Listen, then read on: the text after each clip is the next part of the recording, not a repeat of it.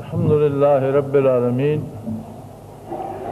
والصلاة والسلام علی حبیبہ محمد وآلہ واصحابہ اجمعین۔ اعوذ باللہ من الشیطان الرجیم، بسم اللہ الرحمن الرحیم۔ الا بذکر اللہ تطمئن القلوب۔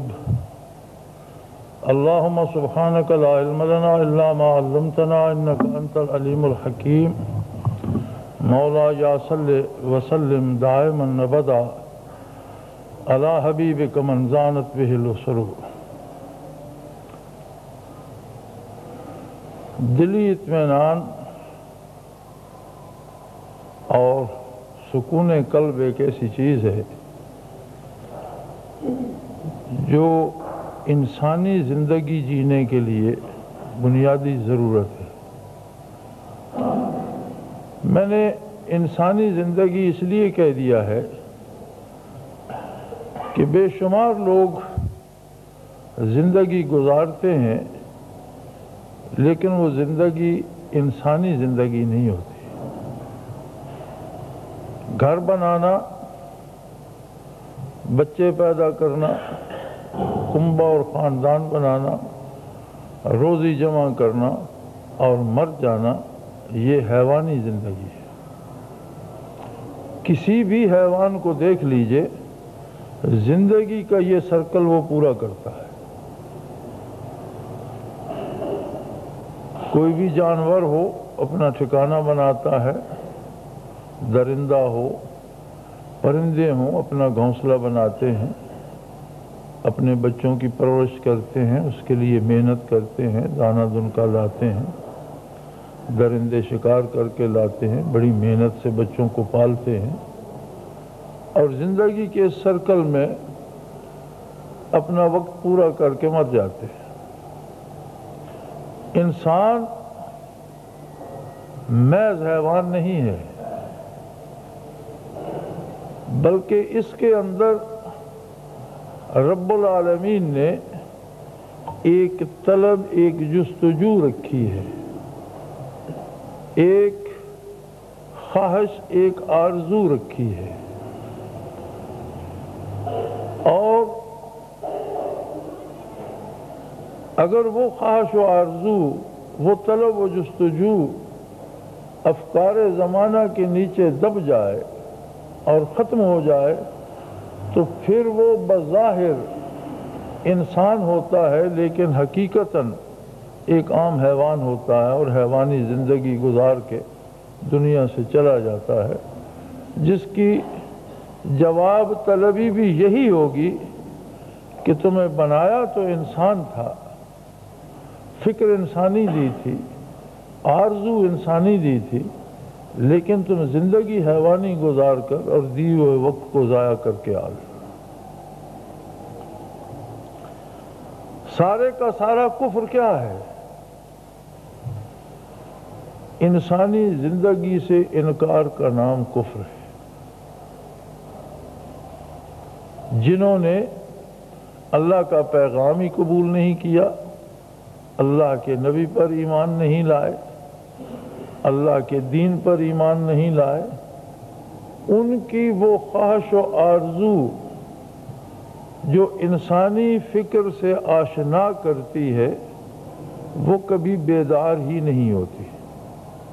ان کی ساری خواہشات محض حیوانی ہوتی ہیں، اور اس کے لیے آپ مذاہب باطلہ کا اگر مطالعہ فرمائیں تو ایک نہیں، سارے مذاہب باطلہ کی بنیاد یہ ہے کہ یہ رسم ادا کرو تو دنیا کی یہ نعمت مل جائے گی، اس بت کی پوجا کرو تو دنیا کی یہ نعمت، یعنی سارے مذاہب باطلہ حیوانی زندگی سے ریلیٹڈ ہیں۔ کسی مذہب باطلہ میں انسانی فکر کی عظمتوں یا بلندیوں کا کوئی تصور نہیں۔ اب جسے قادر مطلق نے انسان پیدا فرمایا ہے اور اسے انسانی آرزو اور طلب اور جستجو بخشی ہے، اگر وہ حیوانی زندگی جیے گا تو مطمئن نہیں ہو سکے گا، پریشان رہے گا اور پریشانیوں میں موت کی آغوش میں چلا جائے گا۔ پھر ہم نے باوجود اس کے کہ اللہ نے ہمیں مسلمانوں کے گھروں میں پیدا کیا، یہ اس کا احسان ہے، ورنہ ہم میں سے اکثریت انہی لوگوں کی ہے کہ جو جہاں پیدا ہوتے وہیں گزارا کر کے مر جاتے۔ یہ اس کا احسان ہے کہ اس نے پیدا ہی ایسے گھروں میں کیا کہ دنیا میں آتے ہی پہلی آواز جو کان میں پڑی وہ اللہ اکبر اور کلمہ شہادت کی تھی۔ اس کے باوجود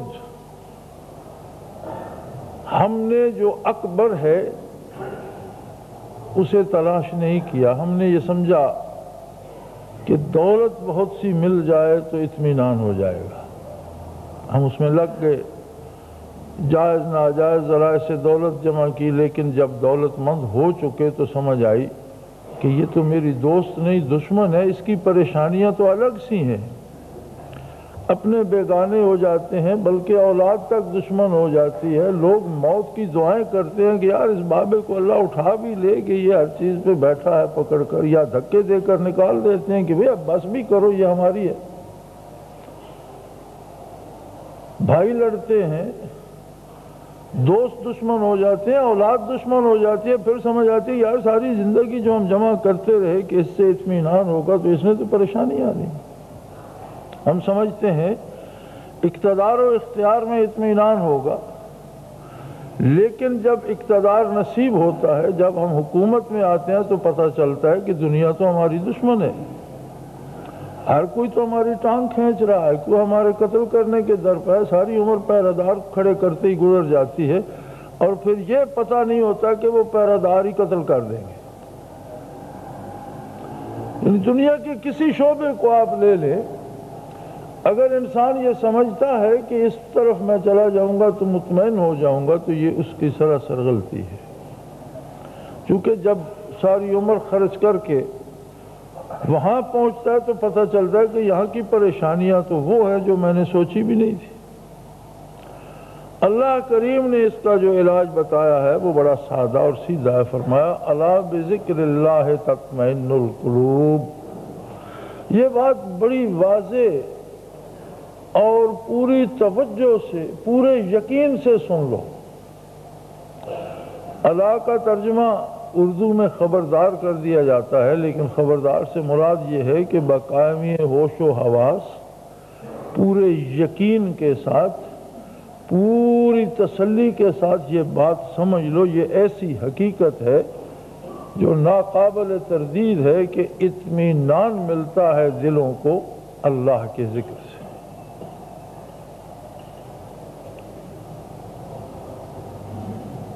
دیکھا یہ گیا ہے کہ ذکر اذکار کے نام پر بھی لوگ گوشہ نشین ہو جاتے ہیں، زندگی سے ناطہ توڑ لیتے ہیں، عمل چھوڑ دیتے ہیں اور دعاؤں پہ بیٹھ جاتے ہیں،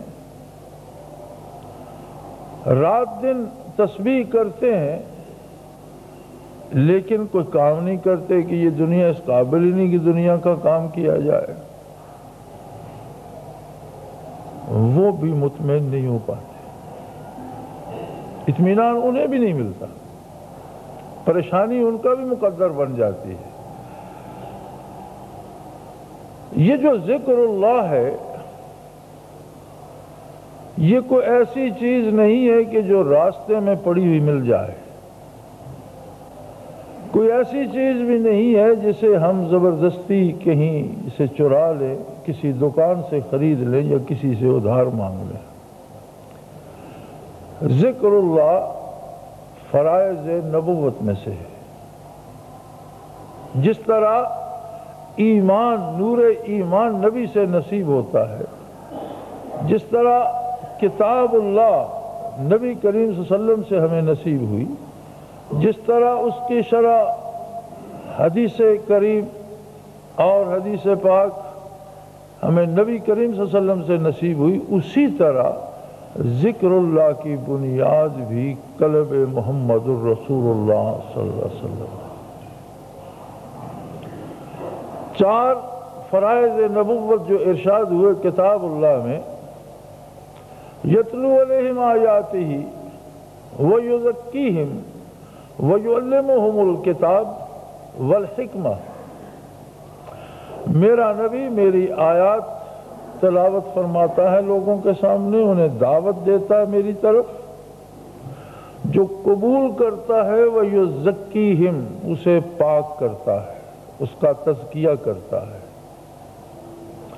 جب تزکیہ ہوتا ہے تو یعلمہم الکتاب، پھر انہیں میری کتاب کی تعلیم دیتا ہے، والحکمہ، اور پھر کتاب میں جو اسرار و رموز ہیں، کتاب تو اصول بیان کر دیتی ہے، اب ان اصولوں کی تفصیل کیا ہے، تفسیر کیا ہے، شرح کیا ہے، وہ حکمت، وہ سراپا دانائی ہے، پھر وہ بتاتا ہے۔ یہ 4 فرائض ہیں نبوت کے۔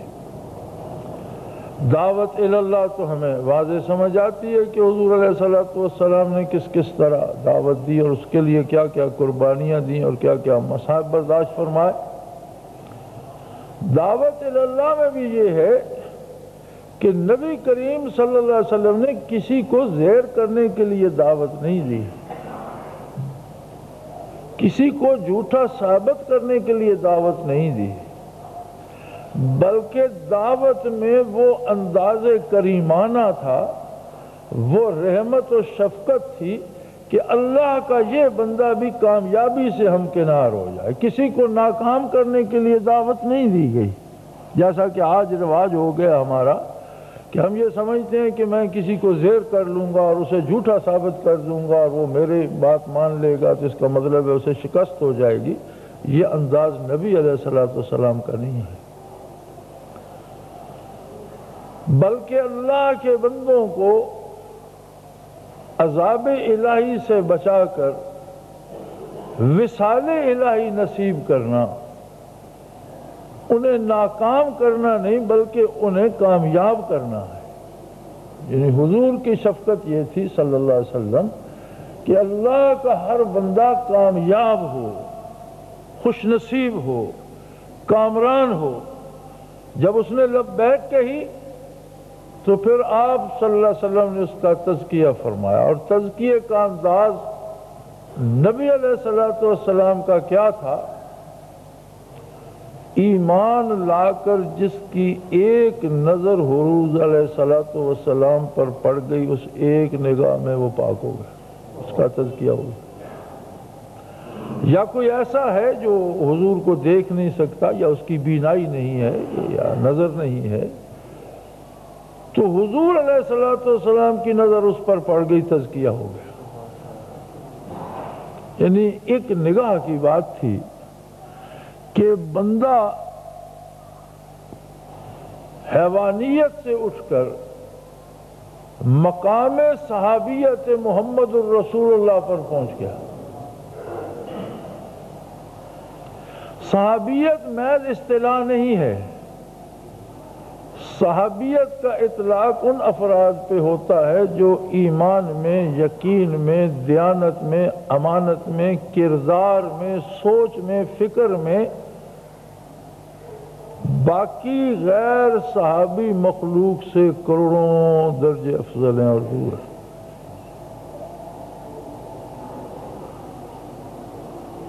اگر کوئی ایسا طریقہ ہو کہ روئے زمین کے سارے لوگ ولی ہو جائیں،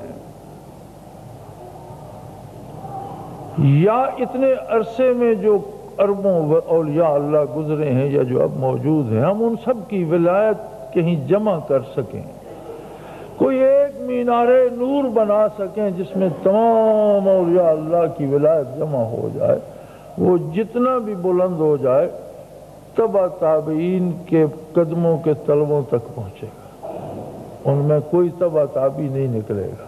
ساری ولایت جمع کر کے بھی تبع تابعی نہیں نکلے گا، تبع تابعین صحابہ کے قدموں تک پہنچیں گے اور اس سے اوپر صحابیت کی حد شروع ہوگی۔ تو یک نگاہ بندہ وہاں کیسے پہنچ گیا، کیا تبدیلی اس میں ہوئی؟ قرآن کریم اس کی وضاحت فرماتے ہوئے فرماتا ہے ثم تلین جلودہم وقلوبہم الی ذکر اللہ، ایمان لانے کے بعد جس پر نگاہ مصطفی پڑ گئی، کھال سے لے کر نہا خانہ دل تک ہر باڈی سیل جو ہے اس کا وہ ذاکر ہو گیا۔ یعنی جتنے بے شمار سیل ہیں وجود میں، کھال سے لے کر نہا خانہ دل تک، سب سے باہر وجود کے کھال ہے اور سب سے گہرائی دل ہے۔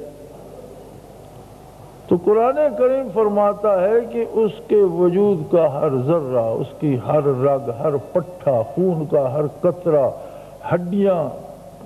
ہڈیوں کے اندر گودا، وجود کا ہر ذرہ ذاکر ہو گیا، ذکر اللہ میں مصروف ہو گیا۔ ثم تلین جلودہم وقلوبہم الی ذکر اللہ، ہر ذرہ بدن ذاکر ہو گیا، اس کا تزکیہ ہو گیا، اس کی سوچ پاک ہو گئی، اس کی فکر پاک ہو گئی، اس کا کردار پاک ہو گیا۔ غلطی ہونا یہ انسانی کمزوری ہے، اور غلطی نہ ہونا یہ انبیاء کا منصب ہے، باوجود اس کے کہ نبی انسان ہوتے ہیں۔ لیکن نبوت جب جسے عطا ہوئی، اسے معصوم عن الخطا بنا دیا۔ نبی سے خطا نہیں ہوتی، نبی معصوم ہوتا ہے۔ غیر نبی صحابی بھی ہو تو خطا ہو سکتی ہے، اسی لیے عہد نبوی میں بھی عدالتیں تھیں، انصاف ہوتا تھا، صحابہ کرام کو سزائیں بھی ملی۔ لیکن یہ ایک انسانی زندگی کا عمل ہے جو ہر جگہ جاری رہتا ہے، اور انسانی خامیاں، انسانی کمزوریاں، انسانی ضرورتیں کبھی کبھی اس طرح بندے سے کرا دیتی ہیں۔ اس کا یہ مطلب نہیں کہ ان کی شان صحابیت پہ کوئی حرف آ گیا، انہیں ہم اپنے پر قیاس نہیں کر سکتے۔ مجھ سے غلطی ہوتی ہے تو وہ اور طرح کی ہے، اور ان سے ہوتی ہے تو وہ اور طرح کی ہے۔ وہ اور طرح کے لوگ ہیں، ہم اور طرح کے لوگ۔ وہ لوگ ہیں جن کا ہر ذرہ بدن ذاکر ہے۔ غلطی ہو جاتی ہے، ایک خاتون سے غلطی ہو گئی، لیکن اس غلطی نے اسے بے قرار کر دیا۔ ہم سے غلطی ہوتی ہے، ہم فخر کرتے ہیں۔ ذکر اللہ کی یا شرف صحابیت کا کمال یہ ہے کہ اسے بے قرار کر دیا اس غلطی نے۔ اس نے کہا میں قیامت کی شرمندگی برداشت نہیں کر سکتی، جو ہونا ہے مجھ پر یہاں بیت جائے۔ بالآخر اس بے قراری میں بارگاہ نبوی میں پہنچی اور عرض کی یا رسول اللہ مجھ سے غلطی ہوئی ہے۔ آپ صلی اللہ علیہ وسلم نے رخ انور پھیر لیا، دوسری طرف کر لیا کہ یہ بات نہ کر، اس کے اور اللہ کے درمیان ہے۔ اس نے پھر ادھر سے آ کر عرض کی، تیسری دفعہ عرض کی، چوتھی دفعہ عرض کی، تو حضور نے فرمایا بھئی نہیں یار، تم نے شاید تمہیں اب غلطی لگ رہی ہے، تم نے ایسا نہیں کیا۔ اس نے کہا جی نہیں میں نے کیا ہے، مجھ سے غلطی ہوئی ہے، مجھ پر حد جاری کی ہے۔ اطباء نے فرمایا کہ یہ تو حمل سے ہے۔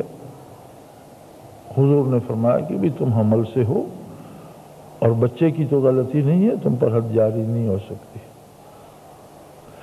اب ان کا یقین اور ایمان اور طلب دیکھیے کہ بچے کی پیدائش کے بعد بچہ لے کر پھر حاضر ہو گئے کہ حضور بچہ تو اب پیدا ہو گیا، اسے آپ کسی کے سپرد کر دیجئے اور مجھ پر حد جاری فرمائیے۔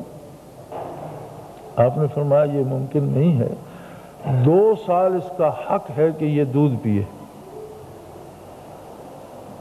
اس لیے چلی جاؤ۔ چلی گئی۔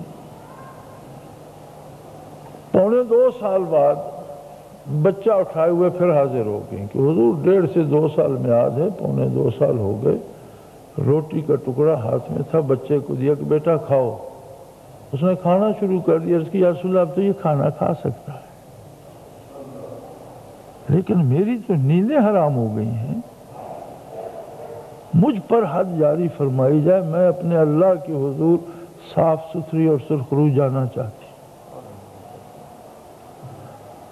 کیا ان لوگوں سے جو بتقاضائے بشریت غلطی ہوئی ہے اسے ہم اپنے پر قیاس کر سکتے ہیں؟ کیا یہ درد ہمارے دل میں اتنا درد ہے؟ اور وقتی اور لمحاتی پشیمانی ایک اور چیز ہوتی ہے، اور 3 سال اس درد میں مبتلا رہنا اور بے چین رہنا کہ نہیں میں پاک ہو کر اللہ کے حضور جاؤں گی، یہ کام پھر صحابہ کا ہی ہے، وہی لوگ تھے۔ ذکر اللہ نے کیا انہیں ناکارہ کر دیا اور وہ گوشہ نشین ہو گئے؟ نہیں، ذکر اللہ ایک ایسا کمال ہے کہ جو انسانی کمالات کو اجاگر کر دیتا ہے، جلا بخشتا ہے، اور وہ ہزاروں گنا زیادہ طاقتور ہو کر کام کرتے ہیں۔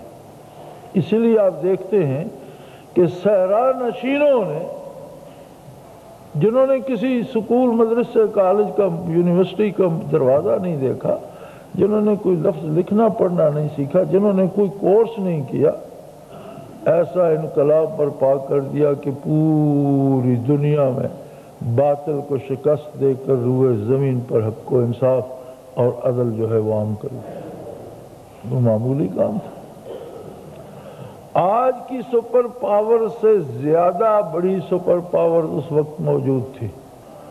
اس زمانے کی سپر پاور قیصر اور کسریٰ تھیں، جن کے ایک ایک گورنر کے پاس 1.5 لاکھ سپاہی ہوتا تھا اور تلواروں کی جنگ ہوتی تھی، ٹڈی دل کی طرح چھا جاتے تھے، مقابلہ تلواروں سے کرنا پڑتا تھا۔ یہ ایسے سرفرے لوگ تھے، تزکیہ ہونے کے بعد یہ کچھ عجیب بن گئے کہ 30,000 صحابہ کی 3 لاکھ رومیوں سے مٹبھیڑ ہو گئی۔ اب کہاں 30,000، کہاں 3 لاکھ، اور 3 لاکھ میں سے چند ہی بچ کر جا سکے۔ ایسا گمسان کا رن پڑا کہ چند سینکڑے بچ گئے ہوں تو رومیوں کے کشتوں کے پشتے لگ گئے، اس لیے کہ انہوں نے وہ لوہے کی پوشاکیں پہن کر ایک دوسرے کو زنجیروں سے باندھ رکھا تھا، بھاگ بھی نہ سکے اور میدان کارزار میں مارے گئے۔ یہ 30,000 3 لاکھ پہ کیوں بھاری ہو گئے؟ وہ صرف 30,000 بندے نہیں تھے، ایک بندے میں جو کھربوں سے زیادہ باڈی سیل ہوتے ہیں وہ سارے سیل آ کر تھے۔ ایک بندہ ایک اتنا عظیم لشکر تھا جس کا تصور نہیں کیا جا سکتا۔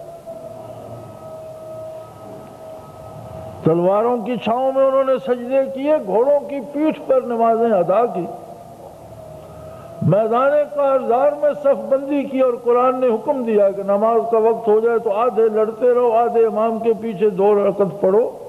امام 4 پڑھائے، اگر ظہر اور عصر ہے یا عشاء ہے 4 رکعتیں امام 4 پڑھائے، لیکن لشکر 2 پڑھے، آدھے لڑتے رہو اور آدھے آ کر شامل ہو جاؤ، 2 رکعت پڑھ کر چھوڑ کے چلے جاؤ، دوسرے آدھے آ کر شامل ہو جاؤ، 2 وہ پڑھ لیں۔ میدان کارزار میں آگ برس رہی ہے، تلوار چل رہی ہے، خون کے فوارے چھوٹ رہے ہیں۔ اذا لقیتم فئۃ فاثبتوا، جب مقابلہ آ جائے تو پھر جم جاؤ، سیسا پلائی ہوئی دیوار بن، فاثبتوا، ڈٹ جاؤ، واذکروا اللہ کثیرا، اللہ کا ذکر کثرت سے کرتے رہو، اس میں کمی نہ ہے۔ نماز خود ذکر اللہ ہے، اور جب جمعے کی اذان ہوتی ہے تو کاروبار حرام ہو جاتا ہے، بند کر دو کاروبار، نماز کے لیے حاضر ہو جاؤ۔ وَإِذَا قُضِيَتِ الصَّلَاةُ فَانتَشِرُوا فِي الْأَرْضِ وَابْتَغُوا مِنْ فَضْلِ اللَّهِ، جب نماز سے فارغ ہو تو جاؤ اپنا کام کاج کرو، رزق تلاش کرو، وَاذْكُرُوا اللَّهَ، لیکن اللہ کا ذکر کر۔ نماز ختم ہوئی، ذکر ختم نہیں ہوا، ذکر کرتے رہو، جہاد کرتے رہو، ذکر کرتے رہو۔ یہ ذکر جو بارگاہ نبوی سے شروع ہوتا ہے، جو وہاں سے عطا ہوتا ہے، یہ اطمینان عطا کرتا ہے، اور دل جب خود مطمئن ہوتا ہے تو وہ سارے فیصلے بہت مزے سے کرتا ہے، پھر وہ چیزوں کو سمجھتا بھی ہے، جانتا بھی ہے۔ اگر علم ظاہر نہ بھی ہو تو وہ علیم و خبیر اسے علوم عطا کر دیتا ہے۔ یہ بھی ملتا ہے سیرت میں کہ ایک صحابی اپنا ریوڑ چھوڑ کر آئے، شام کو حاضر ہوئے بارگاہ نبوی میں، اس وقت ایمان قبول کیا، لیکن صبح جو مہم جا رہی تھی حضور علیہ السلام نے اس کا کمانڈر بنا دیا. آنے والے نے کلمہ پڑھا، بنانے والے نے نہ صرف مسلمان بنایا، جرنیل بنا دیا. اور وہ جرنیل بھی کامیاب ترین جرنیل ثابت ہوا. آپ کو تاریخ میں کوئی ناکام جرنیل ملتا ہے محمد الرسول اللہ صلی اللہ علیہ وسلم کی فوج میں؟ تو بنے تو سارے ایسے ہی تھے، نہ کسی یونیورسٹی کا کورس کیا، نہ کوئی وار کورس کیا، نہ کسی آرمی کے کالج میں گئے، نہ کسی غیر ملک میں کورس کرنے گئے، نہ کوئی ادارہ اپنے ملک میں تھا. بس جب دل روشن ہوا، مطمئن ہوا، تو جس بندے میں جو صلاحیت تھی اس کے ذمہ حضور نے وہ کام لگا دیا، یا جس کے ذمہ حضور نے لگا دیا اللہ نے اسے صلاحیت دے دی. لیکن بنیاد تھی ذکر اللہ. بارگاہ نبوی میں تو ایک نگاہ سے بٹتا تھا. پھر عہد آ گیا صحابہ کا. صحابہ کے پاس بھی جو چند لمحے بیٹھا تابعی ہو گیا. وہ مولوی سعدی رحمۃ اللہ تعالی علیہ اس انداز پہ لکھتے ہیں: گلے خوشبو در حمام روزے، رسید از دست محبوب بدستم، بدو گفتم کہ مشکی یا عبیری، کہ از بو دل آویزے تو مستم، بگفتا من گلے ناچیز بودم، ولیکن مدت با گل نشستم، جمال ہم نشین در من اثر کرد، وگرنہ من ہما خاکم کیا است. وہ فرماتے ہیں کہ میں حمام میں گیا. ایک زمانہ تھا جب صابن کی جگہ ایک خاص مٹی ہوتی تھی جس سے لوگ سر دھوتے تھے. ہمارے علاقے میں وہ ابھی پائی جاتی ہے اور غریب لوگ ابھی بھی استعمال کرتے ہیں، اور ان ولایتی صابنوں سے اچھی رہتی ہے، پہاڑوں میں ملتی ہے. تو اسے لوگ خوشبودار بناتے تھے. تو مولانا سعدی فرماتے ہیں کہ میں تو حمام میں غسل کرنے گیا تو بڑی خوشبودار مٹی تھی جس سے غسل کرنا تھا. تو میں نے اس سے پوچھا بھی تم تو مٹی ہو اور اتنی خوشبودار مٹی میں خوشبو کیسے آ گئی؟ وہ کہنے لگی میں تو مٹی ہوں، مٹی ہی تھی، اب بھی مٹی ہوں، لیکن مجھے کچھ عرصہ پھولوں میں رکھ دیا گیا. بگفتہ من گلے ناچیز بودم ولیکن مدت با گل نشستم، میں تو مٹی تھی لیکن ایک عرصہ مجھے پھولوں میں رکھا گیا. جمال ہمنشیں در من اثر کرد، وہ ساتھ رہنے سے ساتھ رہنے والے کا جمال منعکس ہو گیا مجھ میں. وگرنہ من ہما خاکم کے استم، ورنہ میں تو آج بھی وہی مٹی ہوں. یہ جو تمہیں خوشبو آ رہی ہے نا، یہ جمال ہمنشیں ہے. وہ جمال ہمنشیں کے امین تھے. ہر سینے سے انوارات پیمبر جھلکتے تھے. پھر صحابہ کے پاس جو چند لمحے بیٹھا وہ اسی مٹی کی طرح اس خوشبو سے رنگا گیا، تابع ہو گیا. تابعین کے پاس جو بیٹھا وہ تبع تابع ہو گیا. یہ خیر القرون تھیں، بہترین 3 زمانے جو حضور علیہ السلام نے فرمائے. اس کے بعد نہ بندوں میں وہ استعداد رہی، نہ وہ طلب رہی. تبع تابعین کے بعد پھر ایسے لوگ پیدا ہوئے جنہوں نے عمریں صرف کر کے وہ خوشبو حاصل کی اور باقی عمر اسے بانٹنے میں گزار دی. لیکن کیا وہ لوگ بھی خانہ نشین ہو گئے تھے؟ نہیں. ایک ایک بندے نے ایک ایک جہان کو انقلاب آشنا کیا. یہیں اسی سرزمین پر دیکھ لو، یہ خوشبو غوث بہاءالحق کے پاس تھی، کیا گوشہ نشین ہو گئے تھے؟ یہ خوشبو معین الدین اجمیری رحمۃ اللہ علیہ کے پاس تھی، کیا گوشہ نشین ہو گئے؟ یا خلق خدا کو اجمیر میں جب داخل ہوئے تو اجمیر اسلام کے نام سے ناآشنا تھا. اور جس دن حضرت کا وصال ہوا تو لکھتے ہیں کہ 1,20,000 وہ آدمی جنازے میں شامل تھے جو حضرت کی وجہ سے اجمیر ریاست کے مسلمان ہوئے. یہی داتا گنج بخش اجمیری رحمۃ اللہ علیہ کو دیکھ لو، کیا یہ گوشہ نشین ہو گئے یا ابھی تک دلوں کو گرمائے جا رہے ہیں؟ دنیا سے چلے گئے، اپنے کام سے نہیں گئے. یہ تو طلب کی بات ہے کہ کوئی دنیا دار انہیں بت کی طرح پوجے تو یہ اس کا قصور ہے. لیکن اگر کوئی طالب حق ہو تو اس کے دل کو تو روشنی اور سکون ملتا ہے۔ تو غنیمت ہے وہ لوگ جنہوں نے عمریں صرف کر دیں کسب فیض میں، وہ برکات حاصل کی، 14 صدیوں بعد نسلن بعد نسلن سینے منور ہوتے چلے آئے۔ مدتیں روشنی میں کمی پیدا نہیں کرتی۔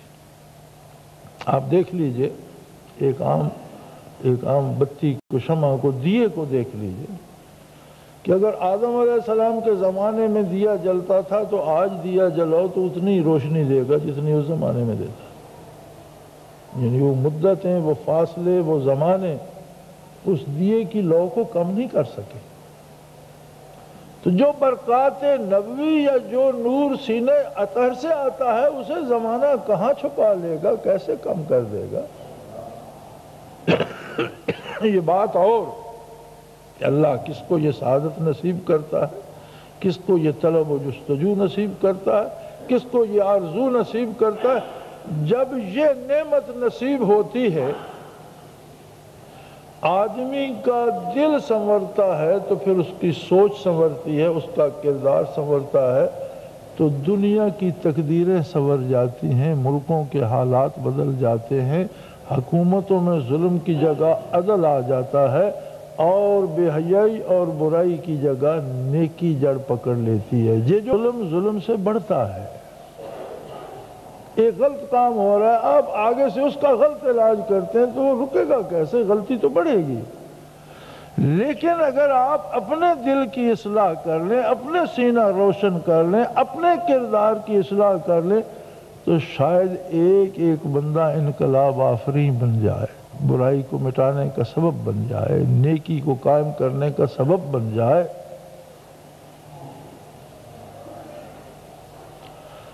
کراچی ہم مشاعرے میں تھے تو سیر انصاری نے ایک شعر پڑھا اور وہ میرے دل پہ نقش ہو گیا۔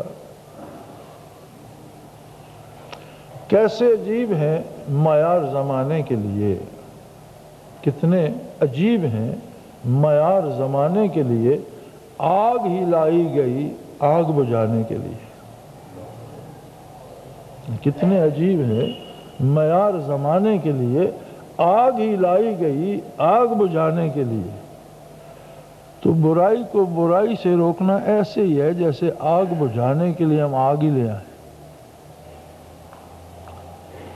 اس لیے ضرورت اس امر کی ہے کہ سب سے پہلے تو ہم وہ آرزو زندہ کریں کہ میں جانور نہیں ہوں کہ بس روزی پیدا کر لی، گھر بنا لیا، بچے ہو گئے اور میں سمجھوں میں نے کام کر لیا۔ یہ میرا کام نہیں ہے، یہ تو بڑا معمولی سا کام ہے جو ایک چڑیا بھی کر رہی ہے۔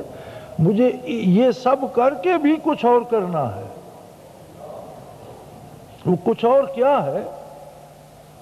وہ وصال حق ہے، وہ طلب بارگاہ الہی ہے، وہ طلب قرب محمد الرسول اللہ ہے۔ اب اس کے وسائل کیا ہوں گے؟ اس کے لیے میں اپنے نہا خانے دل کو سجاؤں، اسے صاف کروں، اس میں جو جھاڑ جھنکار ہیں، جو خواہشات کے اژدہے ہیں، جو غلط چیزیں اس میں ہیں، انہیں صاف کروں، وہاں اللہ کے نام کی روشنی کروں، پھر وہ میرے کردار میں آیا اور میرا کردار مجھے قرب الہی کے قابل بنا دے، تو ایک بندہ انقلاب آفرین ہو سکتا ہے۔ ایک بندہ ظلم کے لیے ناقابل شکست ہو جاتا ہے۔ مجدد الفسانی رحمۃ اللہ علیہ ایک بندے نہیں تھے اور پورے بر صغیر پر حکمران نہیں تھا جہانگیر۔ کیا ایک بندے نے پوری سلطنت کا رخ موڑ نہیں دیا؟ صحیح طریقہ یہ ہے کہ پہلے خود کو انسان ثابت کیا جائے، انسانی آرزویں پیدا کی جائیں، انسانی طلب پیدا کی جائے، پھر اس طلب کے نتیجے میں اپنا کردار انسانی ڈھالا جائے، اور دوسروں کو محبت و شفقت سے ان کی کامیابی کے لیے اس کی دعوت دی جائے کہ یہ بھی کامیاب ہوں۔ یہ محبتیں جب پھیلیں گی تو نفرتوں کو شکست ہوگی۔ محبت روشنی ہے، نفرت ظلمت ہے۔ روشنی جب بھی آتی ہے ظلمت کا جگر پھاڑ کے آتی ہے۔ کتنی بھی تاریک رات ہو، ایک دیا سلائی جلاؤ، ایک دیا سلائی بھی اندھیرے کا جگر شک کر دیتی۔ ایک بندہ ایک دیا سلائی جتنی بھی روشنی حاصل کر لے، تو پاکستان میں تو ہم 14 کروڑ ہیں، 14 کروڑ شمع اگر روشن ہو جائے تو کوئی ان پر ظلم کر سکتا ہے؟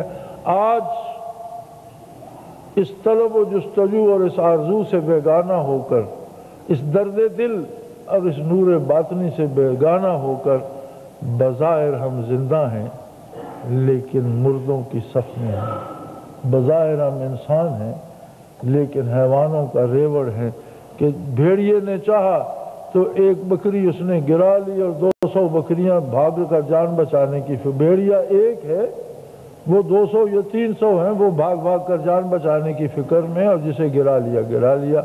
آج یہی حال ہمارا ہے کہ ہم حیوانی زندگی میں پھنسے ہوئے ہیں۔ اللہ ہمیں انسانی زندگی نصیب کرے۔ وآخر دعوانا الحمدللہ رب العالمین۔